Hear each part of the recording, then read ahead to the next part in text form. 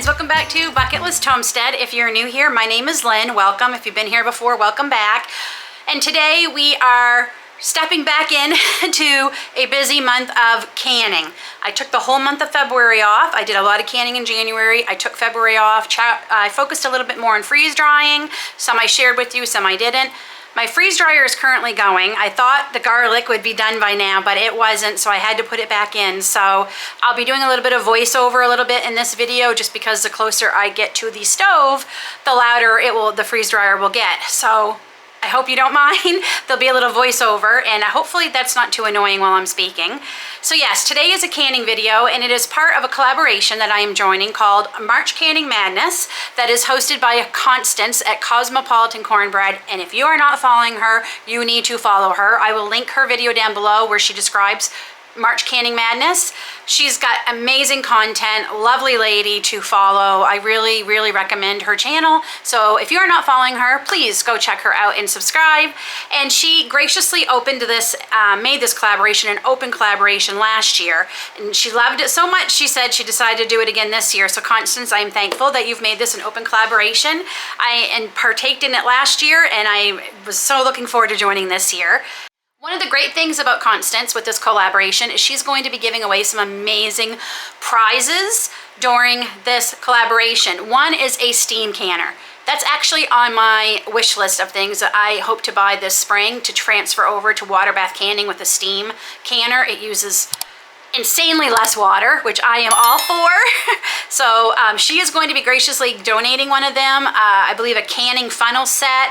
There's a couple of different gifts. Like, I will link the video below where she announces everything, and her blog post that also announces she has a blog, Cosmopolitan Cornbread, with a lot of great recipes. Some of them I use, quite frankly. They are in my library of recipes. She shared all of it also on her blog. That will all be linked down below, so you can find more information. The way you win, you comment. You make some meaningful comments. I mentioned this before in the last collab I'm in. The algorithm will pick up your comment better if it's meaningful. By that I mean, don't just write great recipe. Write, I love, something like, I love baked beans. This looks like a great recipe. Thank you for sharing. Like something meaningful that just has a little bit more thought than just great recipe, as it will help your chances of possibly being picked through the random comment picker that she will be using to draw for prizes. So. And this month we are definitely going to be focusing on getting some more things out of the freezer. I will be freeze drying some things, but some things I'm going to be canning. Now, if you've been here for a few months, you might know that one of my goals this year was to get back to if I don't make it, we don't eat it philosophy. I followed that for a long time, and I kind of got into some bad habits, fell out of it. So not only is it saving us money, like the last 3 months, our grocery bill has been insanely small compared to what it used to be. It's also healthier for us, and it makes me as a wife and a mom feel better about what I'm feeding my family. So one of the things we're going to be canning today is one of those goals. If I don't make it, we don't eat it, I will not be buying it anymore, and that is baked beans.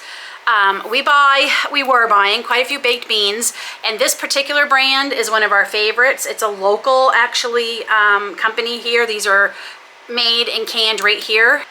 And the price is a little pricey. I believe it's over $2 something a can. I picked up some when they were on sale a few months ago. It's been a few months since I really did any huge shopping. So yeah, a few months ago, and we're down to just a couple of cans. So I thought, okay, this is the perfect time to make my own. And it's Boston baked beans I am making.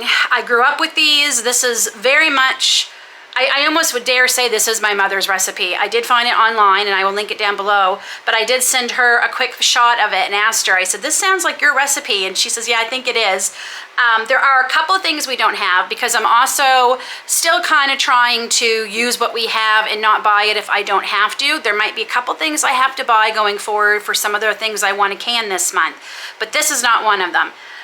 One of those things is salt pork or uncured bacon. One, I cannot find salt pork anywhere around here. It's just not a thing. Apparently, it's not popular in Canada, or at least in this part of Canada. I know it is down east Canada, but it's not in this part of Canada, which is Ontario. I can't find it. Cannot find it anywhere. I could probably go to a couple of butchers and ask for it, but again, if I don't have it, I'm not going to try and make a special trip to find it. And quite frankly, My mom does put salt pork, but David is okay without it either way. He actually prefers it without it, so I'm okay to make it without it. And instead of onions, whole onions, I'm going to be using some dehydrated onion powder I made. So in place of 3 large onions diced, I'm just going to use 3 big tablespoons of diced onion. But other than that, or onion powder, other than that, I have everything. I made a big batch of brown sugar today because that's what we're going to need. So for this recipe, you are going to need 4 cups of dried navy beans. Now, my mom always uses soldier beans to make her brown baked beans. Again, that's something I can't find here. That is definitely a very Maine ingredient where I originally am from and I grew up. So I tend to buy some and bring them back with me, but I forgot on our last trip to Maine last summer. So this summer I will have to remember to bring some home with me. So I am using the navy beans, which is fine. I do have them. Half pound of salt pork or uncured bacon cut into 1/2 inch pieces. 3 large onions diced. 2/3 cups of brown sugar, 2/3 cups of molasses, 2 teaspoons of dry mustard powder, 2 teaspoons of salt, and 4 cups of water, or you can even use stock or broth. So, part of this recipe actually started yesterday. The night before, you're going to want to soak your beans. I do the overnight method. You can also do a quick stovetop method, but overnight is how my mother and my grandmothers always did it. This is 4 cups of navy beans that I'm measuring out, and truth be told, I've had these beans quite a while. They've been stored quite a while, so I'm anticipating they're going to take a little bit longer to cook. And I added total probably about 10 cups of water. You just want your beans to be covered. And now that that's done, we can head to the making of these. Now, this is not a quick process. This is going to be an all-day process. Between making the beans and canning them, I'm getting a little bit later start than I wanted because life just happened and I didn't get right to it as quick as I wanted this morning. I also have a loaf of sourdough bread that's rising right now. That needed my attention. The freeze dryer needed my attention. So this is probably going to be a 2-day video, which is fine. I don't mind that. And I will be using, it's a pressure canning video. I will be using my electric pressure canner. I'm not going to go into all the canners and everything. You do what you want, your kitchen, your rules. I have shared many times my thoughts on my electric pressure canner, and I will share them somewhere here or down in the description below. I have no problem using it. This, I am going to be using the processing times that you would use for a traditional pressure canner and the weight, which is 10 pounds. Everything is the same amount of time, the same size jars, the same weight. The next day, I am just going to drain the water my beans were soaking in and give them a quick soak, and then I'm going to put them right back into my stock pot to start parboiling them.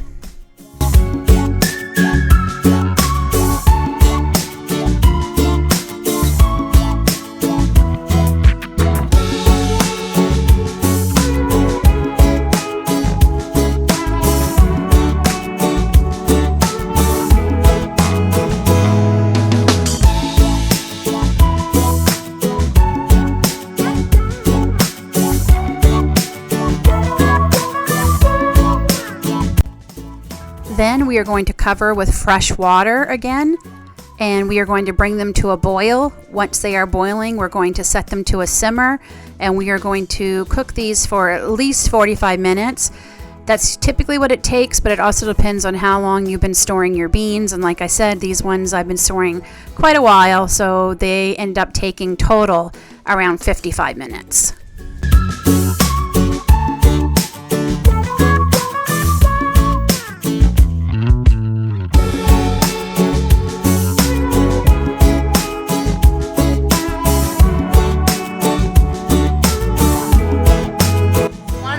You can tell if your beans are done if you pick them up and you blow on them and the skins kind of like just shrivel up or blow away. I'll see if I can show that. Get a few less here. So here they are. I'm going to blow. And I don't know if you're going to be able to see that, but the skins have kind of like wrinkled up. So these are done. Mine took about 55 minutes, which I'm not surprised because these have been stored for a while. So now we're going to drain them.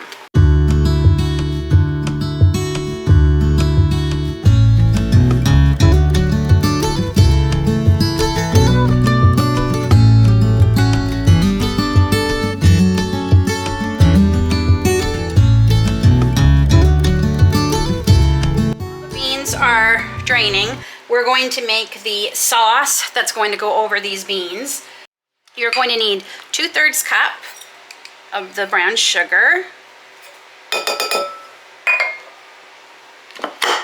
2/3 cups of molasses, and I've just sprayed my measuring cup just with a little bit of oil, just so this molasses comes out easier.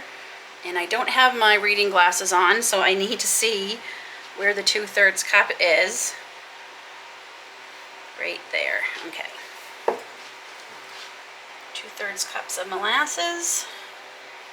That comes out so much easier. I do that with honey too. Just try and spray a teeny bit just to help it come out. Oh, look at that. That came out pretty darn good. Okay. We also need 2 teaspoons of our dry mustard.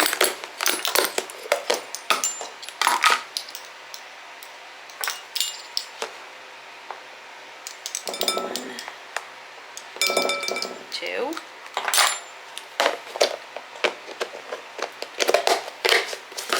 3 tablespoons of onion powder.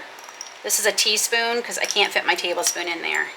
So that's 1 tablespoon. I'm actually only going to do 2. I think that's plenty. If you've been here before, you know my husband's not a huge onion fan. And our salt, which...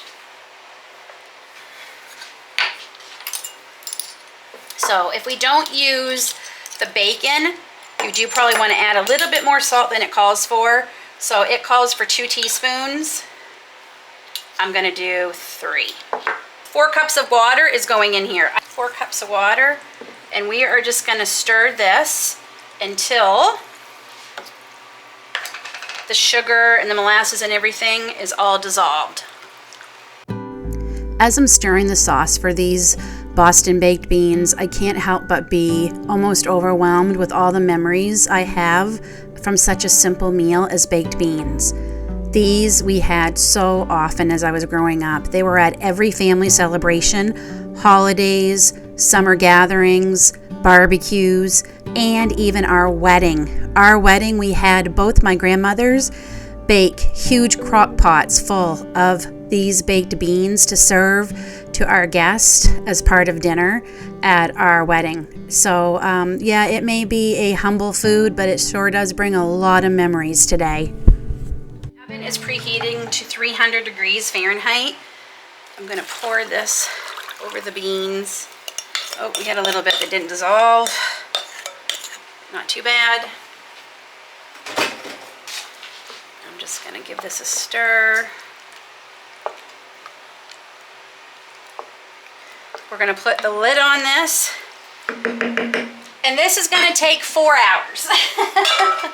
You want to make sure you have a nice tight fitting lid on your Dutch oven. So yes, 300 degree oven for about 4 hours. You might have to add some water to keep the mixture soupy as it cooks, so I will check on it probably every hour. You just want to make sure your beans, the water level is just covering the top layer of beans. Like, you don't want to add an insane amount. And anywhere between 4 to 6 cups of water might be necessary as you're cooking. So into the oven these are going to go, and we will see you back here in 4 or 5 hours. The beans are done, and they smell delicious, and I did taste them. They taste amazing. They really do. Really happy. This recipe says it makes 6 pint jars or 3 quarts. This looks like it will make a lot more than 6, and I followed the directions to the T for this. So we're gonna see. I have 6 that I just took out of my canner that I sterilized, and I have 4 more going in there. So I took out 10 altogether. I could be wrong. This might only do 6. I'm not sure. So what I'm gonna do is we're gonna use a slotted spoon first to fill the jars with 1-inch headspace, and then after they're all filled, I'll go back through with my ladle and top them off with the juices, the sauce for the beans. And then they're going to go into the pressure canner, 10 pounds of pressure, 80 minutes for pints.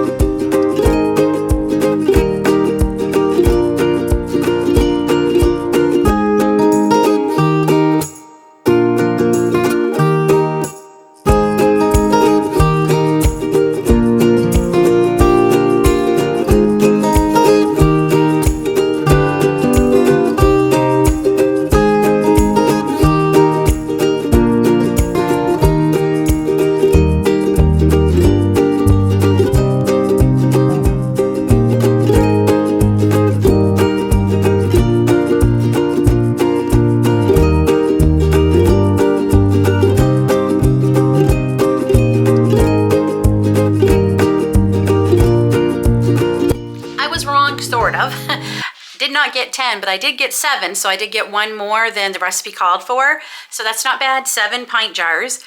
I currently have 2 more going in the pressure canner right now. I also want to share with you all that in my last March Canning Madness video at the end of this month, I will be sharing in the description box a resource that I have been developing over the last few weeks to maybe help take the scariness out of canning for some of you who maybe still be on the fence. It will be a canning checklist that you'll be able to print out and go step by step through any water bath or pressure canning recipe you would like to make. I hope you'll find it valuable. I plan on printing it out and keeping it handy because I believe being organized is the first step to having a successful canning day.